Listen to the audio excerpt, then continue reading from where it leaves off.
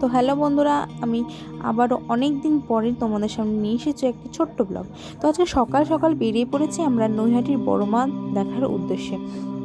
তো আমরা যেহেতু সকালবেলায় বাড়ি থেকে কিছু খেয়ে আসিনি, তাই জন্য কৃষ্ণনগরের মাঝাঘাটে থেমে একটু লাঞ্চ করে নিয়ে তারপর আবার রওনা দিয়েছিলাম। তো গাড়ি আমাদেরকে বড় মার কাছে যাওয়ার বেশ অনেকটা দূরে গাড়ি পার্কিং করতে হয়েছিল। গাড়িটা পার্কিং করে আমরা হেঁটে হেঁটে যখন যাই তখন দেখি বেশ প্রায় অনেকটা দূরেই এবং অনেকটাই লাইন ছিল। তবুও বেশ প্রত্যেকবারই ভাবি যে বড় মায়ের কাছে যাব, দর্শনের সময় বা সুযোগ হয়ে ওঠে না, কারণ এইবার পড়েছিল সোমবারে পুজো আর পরের দিন ছিল মঙ্গলবার আমাদের ছুটি। তাই জন্য ভাবলাম মঙ্গলবার সকাল সকালই বেরোবো। তাই সেই মতনই মায়ের ডাকে দেখলাম মাকে দর্শনের জন্য গেলাম। গিয়ে দেখি ঠিক এরকম পরিমাণ ভিড়।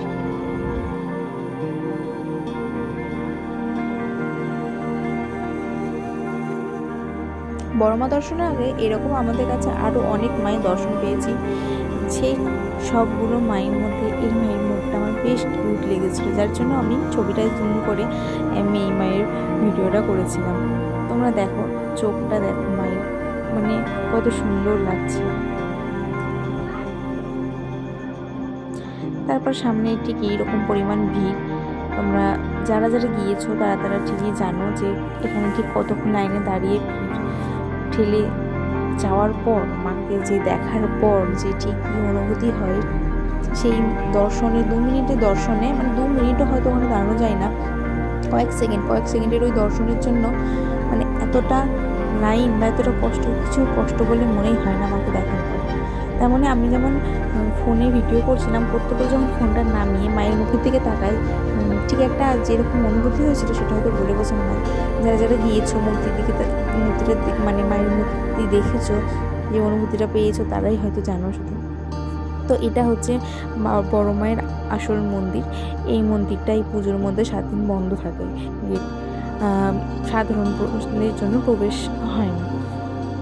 আর তারই ঠিক সামনে এরকম বড় মায়ের বড় করে মূর্তিটা আছে। এই রাস্তাতে যত মানুষ এই মাকে দেখার জন্য রাস্তায় যায়। তোমরা দেখো মায়ের মুখটা, তোমাদেরও মনে হবে।